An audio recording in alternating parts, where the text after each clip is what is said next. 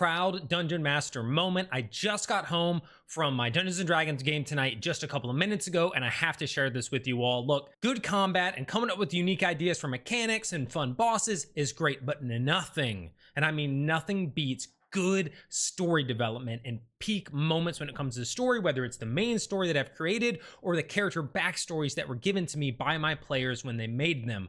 And tonight was all about the players' backstories. It was amazing. So many different players got these little things to nibble on relating to their backstories. It was awesome. It was just fantastic. But one player in particular, Theo, ended up getting his character's peak moment thus far in the campaign. Throughout all of this, Theo has been trying to find out more about his mother. She left him with his father when he was a baby, and since then has been nowhere to be found. And he's coming into these sort of powers.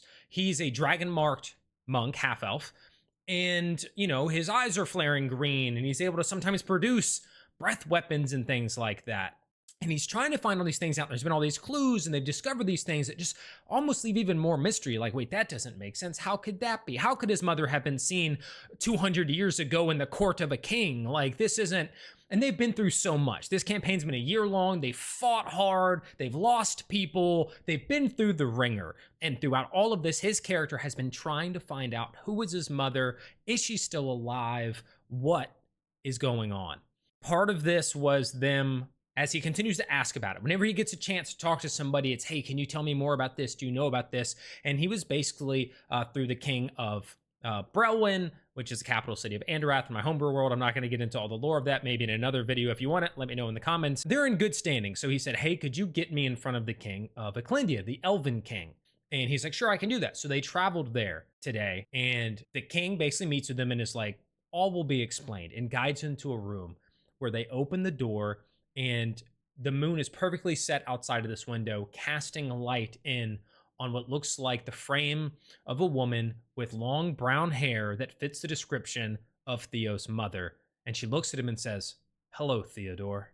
And it was just this peak moment, this moment where this character has just been going and going and thriving and trying to get this answer, to meet her, to discover what it is, and they get it.